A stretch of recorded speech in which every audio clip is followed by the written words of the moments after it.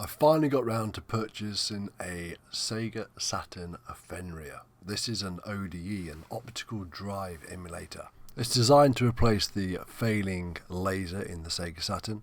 It comes with two ribbon cables, one for a 20-pin connector and one for a 21-pin connector. So this will cover pretty much all Sega Saturn designs.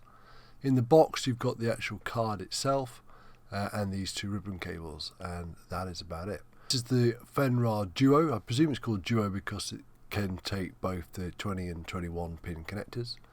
On the board there's a Wi-Fi module. I think that's they're still playing with that feature, and it's also got a micro SD connector as well. So today I'm going to try and fit it in my one of my Sega Saturns. This is a European Mark I Sega Saturn. So it's been a while since I've opened one of these up. The first thing you want to do, which I don't do, is remove the battery cover at the back. So the battery cover is a CR2032 battery inside there. Just take that battery cover off before you start removing screws, otherwise, as you'll probably see in a bit, it will just ping off. So there's three screws on the base where you typically would expect to find them, and then there's two screws right at the back of the Sega Saturn as well. So once you've removed all those screws, you should be able to separate the case into its two halves. And there's the battery cover that I forgot to take off. So the plan is to try and fit this Fenrir into a 3D printed mount. So I've printed a load of bits, not quite sure if I need all of them or where they go. This is the top piece, this is the bit that you're actually going to see. And that just pokes up where the laser used to be, and that allows you to run an extension cable from the Fenrir up to the top. So if you want to change or get easy access to your SD card, you can. Otherwise you're going to have to take it apart again and replace the SD card actually on the board. Or your other option is to use the Wi-Fi module once they get that working as well. I believe that will allow you to either run games from a PC or allow you to update the ROMs on the SD card over Wi-Fi as well. So I've done it, so sort of feeling my way as I go. The first thing I'm looking to do is to remove the original laser-based module. So it's taped down, so I'm just taking the tape off, and then I'm going to undo the ribbon cable from the motherboard. Just being a little bit careful here because these ribbon cables, given their age, they just feel a little bit brittle, and I'm just worried that they're gonna break. Now this is actually a working laser, so what I don't want to do is damage it, because potentially if I get another Saturn in the future that does have a laser that's on its way out, I can use this. And they are fairly notorious for the lasers failing on these things. These connectors here, I did use a tool just to allow me to put a bit of pressure on them. They were in fairly stiff, and it didn't feel right just to try and pull them out by the cable. So just a bit of I've tried to push them out from the middle, just trying to find the right tool, but in the end just applying pressure to either side of the edge seemed to be the best bet. I had a Saturn when they first came out. I seemed to go down the Sega route, Saturn, then Dreamcast, and the Saturn was an amazing machine. Some awesome games on there. I spent a lot of time playing things like Panzer Dragoon Saga, Sega Rally, some of the Shining Force games. Spent so much time on this console. So once those connectors are off, just removing, I'm not sure what this is, some sort of grounding tether or something, just a single screw that connects to that big metal shielding, and then it just lifts out. So that's going to get saved for another future Saturn. I think I'll make a start on taking the power supply out. So I've already removed the switch connector. That's connected right at the back that you can see that is unplugged. There's a single screw towards the front, and then there's two further screws that hold where you actually plug the mains power into, and just gives it that extra bit of support. There's also a little clip in the middle of the board that holds it in place. The power supply is connected to the motherboard with I think 5 pins on this one, but I think there's others that have got 4 pins. Just apply some gentle pressure around those pins, even pressure, and it should just lift out. What you don't want to do is bend the board when you're doing it. So next I want to remove those 4 plastic pillars that the old lasers assembly used to sit on. Unfortunately, they seem to be screwed to that metal shielding, so I'm going to remove all the shielding so I can get underneath those 4 pillars and get them off. The only thing to mention here is that I was a little bit wary around removing the ribbon cable that attaches to the front. Again, I mean this cable actually felt even worse than the other cable. It just felt so brittle, and I just thought that if I put any pressure on this thing, it is going to break. So I thought I would I'd unscrew that whole front assembly, and then by doing so I'd be able to get a better angle on it, and actually I could remove the ribbon cable pretty much at a 90-degree angle, so there's very little pressure on that cable at all. So with all the screws out and the ribbon cable out of the front, I could lift out the motherboard from the bottom casing.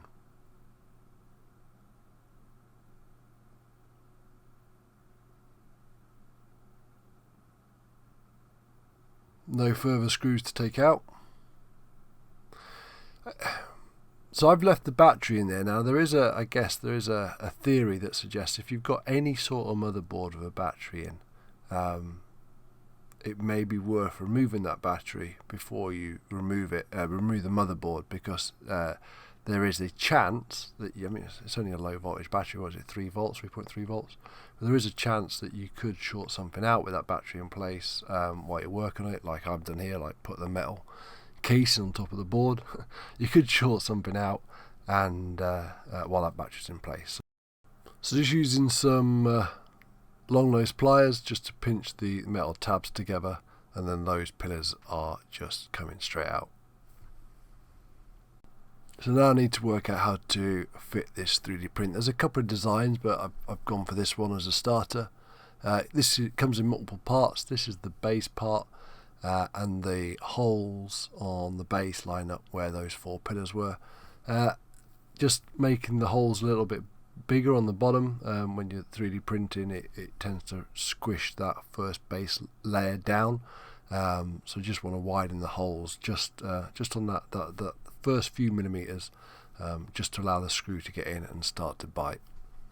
So I've rode in my screw box and found 4 suitably sized screws for this, and I'm just screwing in from the bottom into that base plate.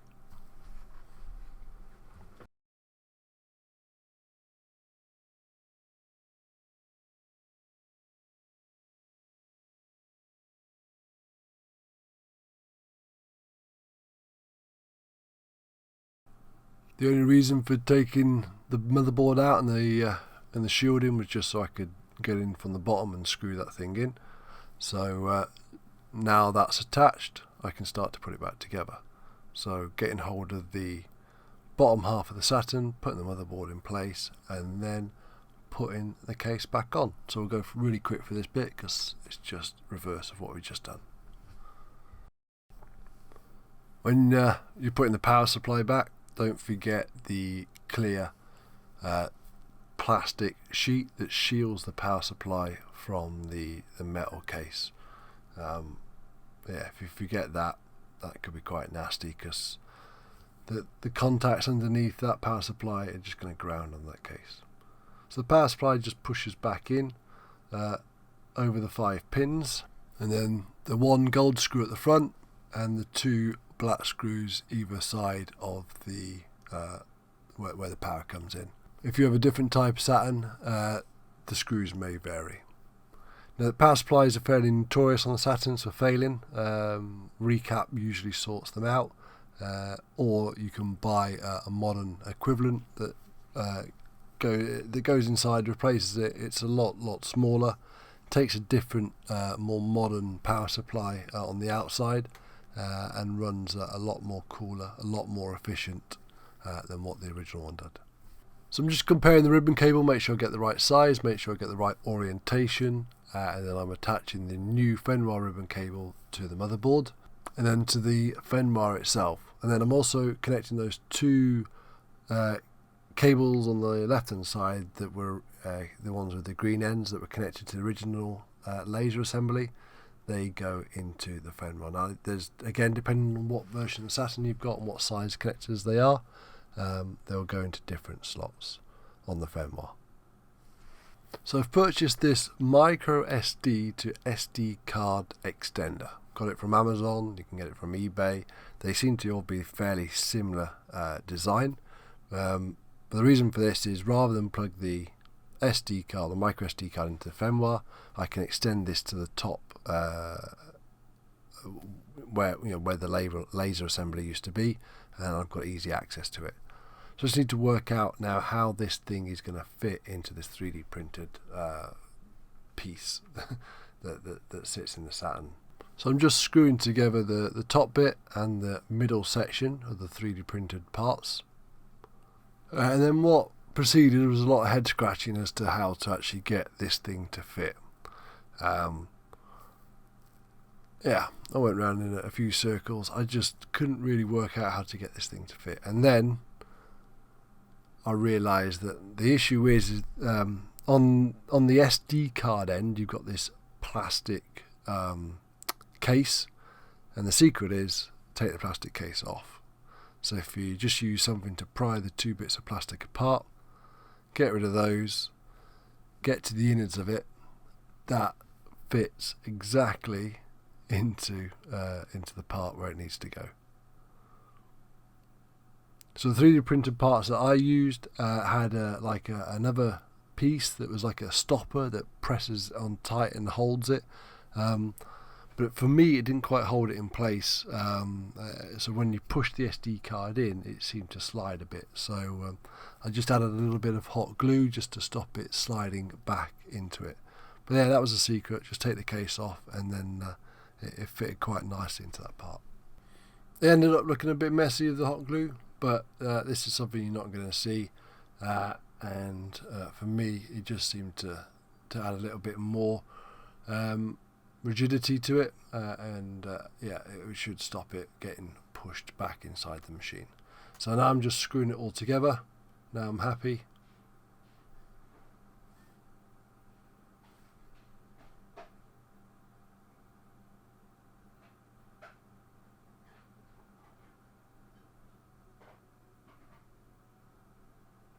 And then I just need to connect this top and middle bit to the bottom section. The hardest bit about this was just finding enough of the right type of screws. I ended up having a bit of a mix of screws, different types. I think one was a posi, one was a flat screw, but so I had to switch screwdrivers. But yeah, if you're going to do this, and you know you're going to do it, a bit of pre-planning and get the right size screws would be better than what I had here. But I got something that worked in the end. So once it's all tightened down, the last bit is to present the top of the Saturn half to it, and fingers crossed it all lines up. If it doesn't, you might need to loosen the screws a bit and just move it around a little bit, just so it sits nicely in that gap that's left by taking the laser assembly out. Luckily, mine seemed to fit first time. So I'm not going to tighten everything up. I'm going to leave it like this, and I'm going to give it a test and make sure it all works first. So this is what it looks like fitted. Doesn't look too bad really, I think. Really nice fit inside it, and I'm printed it in black. Matches the Saturn, so I don't think that looks too bad at all. You can see the SD card adapter with the micro SD inside it, and nice easy access to get that changed if you want to add or remove files. Right, okay, so I've got a quick test and I know it's working. So what I've done is I've thrown a couple of games on there. I've created a folder called screenshots and thrown some screenshots in there. And I've also got a firmware file on there as well, because when it comes from the factory, it ships with a factory firmware. If you look at the version information, it just reports as $. So I've got the latest firmware for the Fenria Duo installed on there. So let's see what it does. Hopefully it will auto update. So I need to change the battery. Do that later. Which is why it hasn't remembered the date.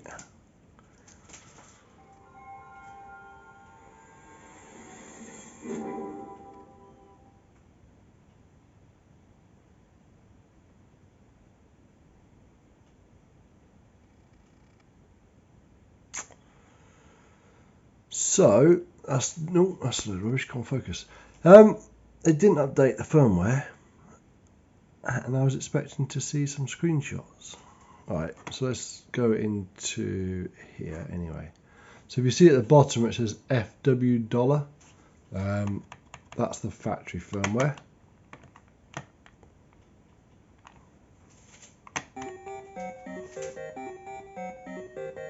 So that's what I want to update.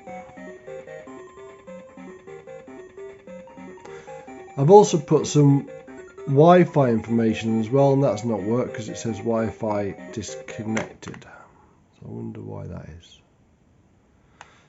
Anyway, we're in here, so while we're in here, let's see what happens. Now, I haven't worked out region. This, I believe, is a PAL Saturn. Region, there's a config file on the memory stick. When you boot up for the first time, it seems to create that config file. That's currently set to Europe. Let's go for Die Hard Arcade. What's that? So this will also be interesting because I presume this shouldn't work as it's a USA ISO.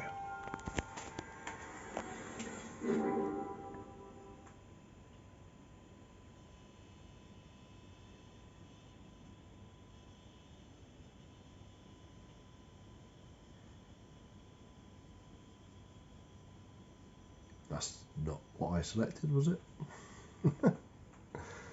Well, we're here now. Did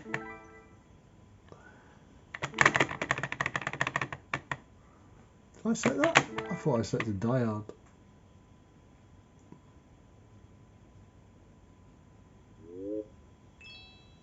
Okay, so that I've been having this issue. So some games I've tried have loaded straight away. Some games come to here. I'm presuming that is either because of my firmware version or it's something to do with region. I don't know at the moment. Let me try and find one that I do know is working. So this one here, okay, so yeah, that's interesting. This is USA, and I know this works. So why? Why does this work?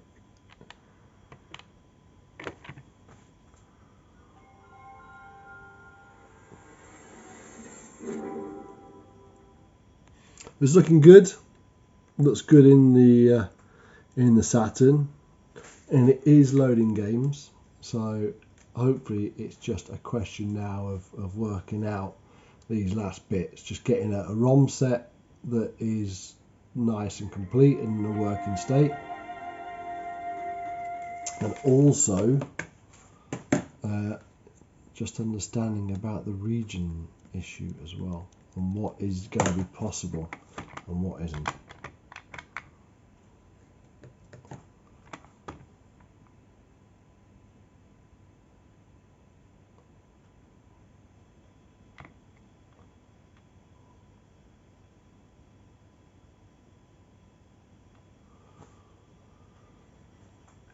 Loading times aren't too bad. It's been that long though since I've actually played this game from a CD. I can't do a comparison, but I mean it's not lightning quick, but it's also not painful.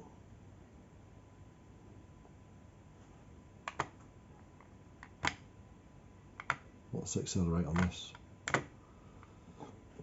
There we go. Okay, so it's a day later now. Sorted out the screenshot issue. That was an option in the menu. There's a Fenrir screenshot manager that's worth a download. It'll go out and search the internet and help out finding the screenshots for the games. Most of the issues that I had with games not playing were down to sort of bad ROM dumps and going away and getting a different ROM. Mostly has fixed that.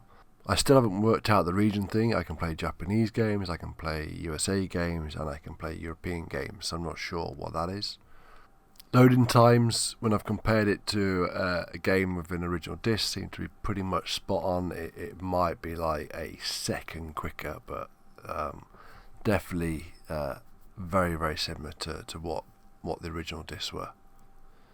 But yeah, I guess ultimately this now gives me exactly what I wanted. I wanted the ability to have an entire library of Sega Saturn games in a easily accessible place where I'm not having to swap discs. I'm not going to have to worry about discs getting scratched or damaged.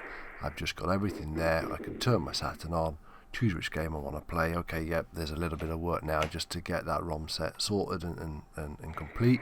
But it is just easy game playing on original hardware. So it seems to do exactly what I want. So very happy with the purchase and how it's ended up sat inside the Saturn and how it looks. Thank you very much for watching. If you like the video, please hit a like and subscribe to encourage me to create more content. Hope this helps someone with their installation of their firmware.